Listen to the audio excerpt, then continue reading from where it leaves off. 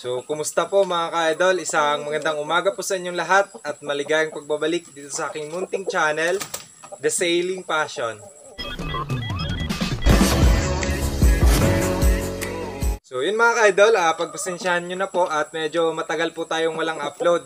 Dahil nga po, nagkaroon po tayo ng trangkaso. So, dahil po pumalaot po tayo, ng isda po ako nung nakaraan and then naulanan po. So, yun.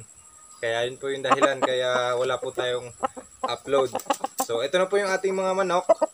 Yan. Yung iba pong mga lalaki nito ay ibibenta ko po sila. So ipopost ko lang sa aking Facebook page. So sa mga gustong bumili po, bisitahin nyo lang po doon. So ito pong mga manok ko ay kumakasta na po itong lahat ng mga lalaki. So yan, ang lalaki. So for today's video po mga ka-idol, marami po tayong gagawin ngayon. So natin dito sa ating mga manok. So ito ating mga manok ay nag-umpisa na po mga itlog. Kaso nga lang, dun po sila sa labas umiitlog sa may mga damuhan. And then yung isa naman dito sa may kulungan ng aking kambing. Ito po yung gagawa natin ngayon ng solusyon dahil ito pong kanilang mga paitlogan ay hindi po nila nagustuhan mga ka-idol. Yan po yung ginawa natin nung nakaraan. Hindi po itlog yung laman, kundi puro po ipot nila. Ayan. May mga ipot po yan. Hindi nila nagustuhan yung setup natin. So, ang gagawin natin ngayon ay papalitan po natin yan. So, parang ano siya, battery type na karton lang po yung ilalagay natin dyan. Para wala po tayong gastos. So, flex ko muna yung aking mga alaga. Yan, ito po yung umiitlog dun sa may damuhan. And then, yung isa andun na sa labas, yun o, dun sa ilalim ng kulungan ng kambing. So, ayan po mga ka-idol, yung mga barako natin o yung mga tandang. So, ibinibenta ko po yan dahil napakarami po nila. So, naaabuso po yung mga babae dahil yung lalaki po na nandito ay 8. And then yung babae lang po ay 7. So, mas maganda dito na isa lang dahil 7 lang naman yung mga babae. So, dapat isa lang yung lalaki na matitira.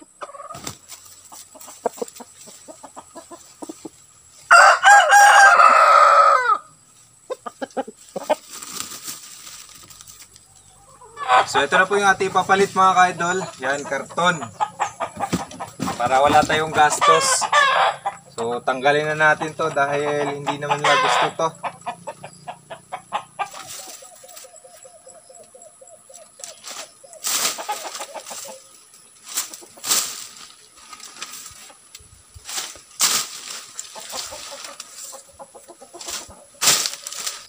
So, yan po mga ka-idol.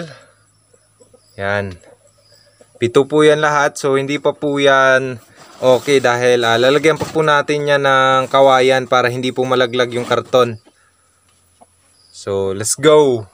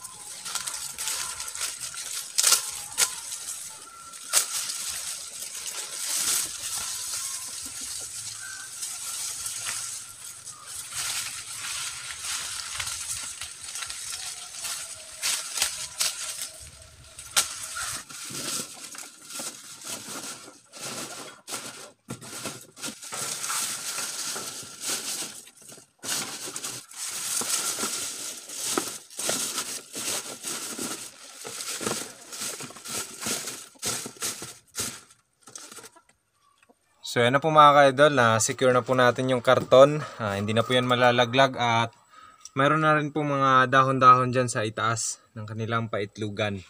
So sana nga dyan na po sila mangitlog at hindi na dun sa mga damuhan. May chance po kasi yun doon na kainin ng aso or daga or ahas. So ngayon, kukunin natin lahat ng mga itlog na yon para hindi na sila umitlog doon. So nandito po yung unang paitlugan niya mga idol. Yan.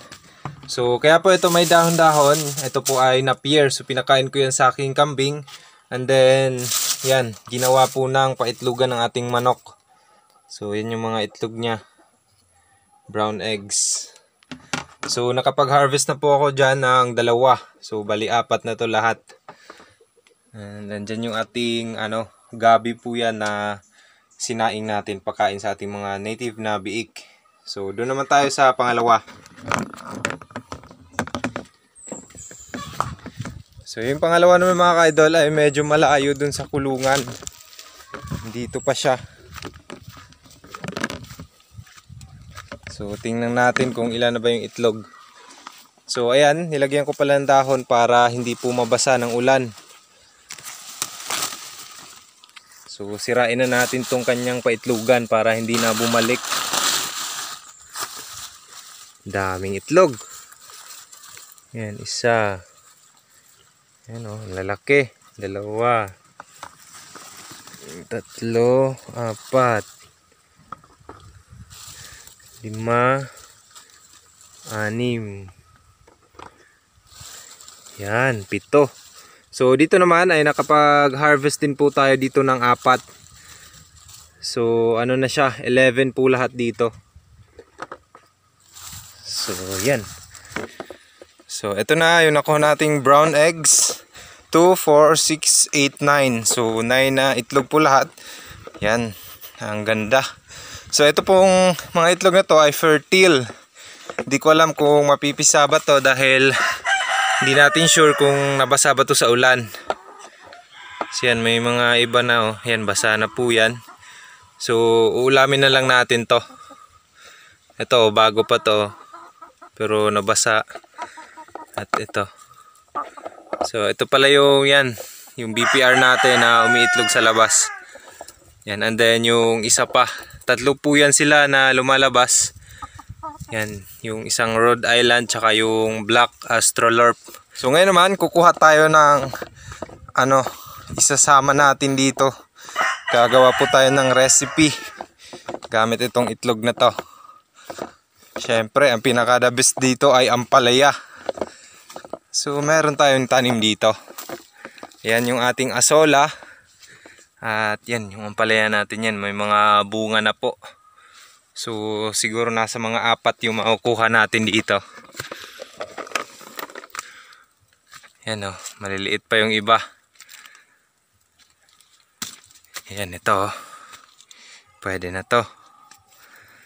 Kunin natin yan. Then ito. Tapos ito pa. 2. And then meron ding 2 doon. So ito na po yung ating na-harvest. Yan, napakadami. Yan. Yan yung ulam natin ngayong tanghalian. So mag-harvest pa tayo. Meron pa tayong ibang pananim doon. At ito naman po yung ating pananim na upo. Yan, marami pong bunga. So maliliit pa yan. Yun yung kukunin natin. Yan o, napakalaki. Napakasarap nito. So meron pang isa doon. So siguro nasa 3 po yung ma-harvest natin dito.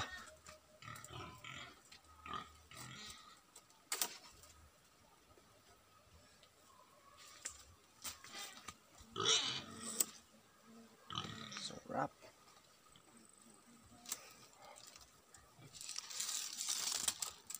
Wow. So yan mga ka-idol, 4 po yung nakuha natin. So siguro ibebenta lang natin yan dahil may ulam na tayong ampalaya. At may isda pa tayo doon. Huli natin nung pumalaot po tayo. So yan, nasa 4 na kilo siguro to.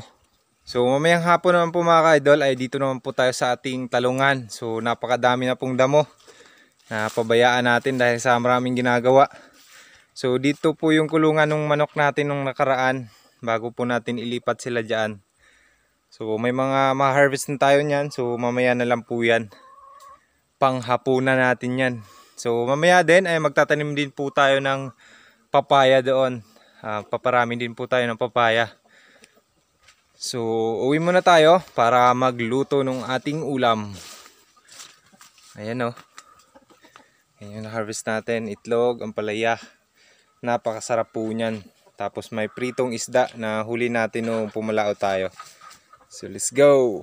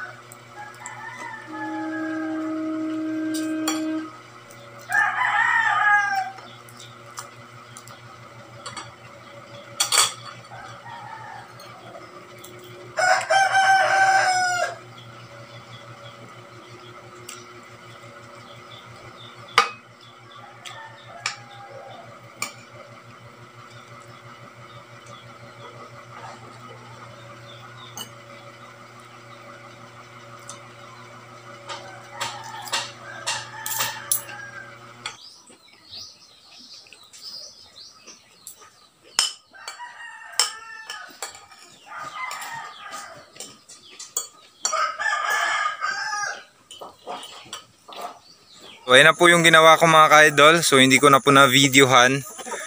Yan, lahat po ng babae ay nasa loob na. Tapos isa na lang po yung roster para hindi po maabuso yung ating mga hens. So ito may butas. So ayan na po. Nakalambat na po yan yung sa loob. Wala na pong lalaki na makakapasok dyan sa loob. Yan. So yan. For sale na po yan yung iba dyan. So habang nilalagyan ko po ng net yan dyan, meron po ako napansin dito. Meron palang itlog dito. Yan. So nabasa po yan ng ulan. Yan 5 piraso.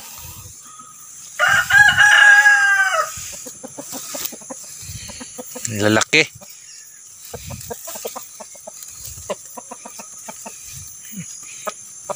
Ayan.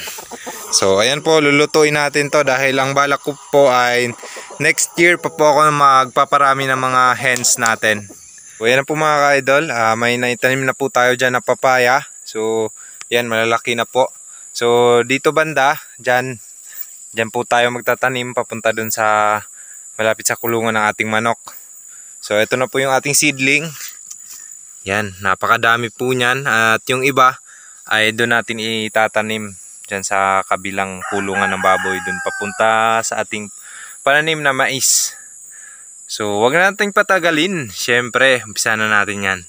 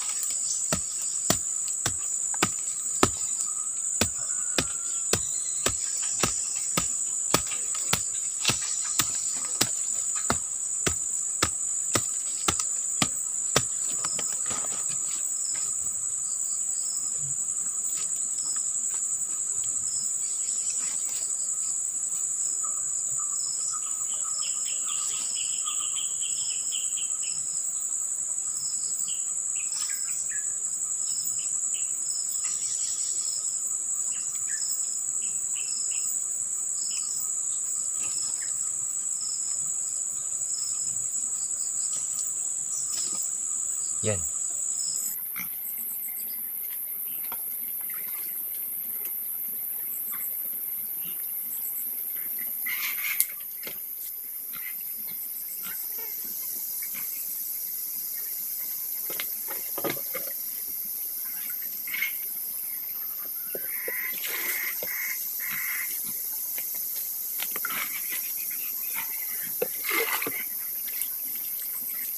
Ang naitanim po natin ngayon ay 12 po.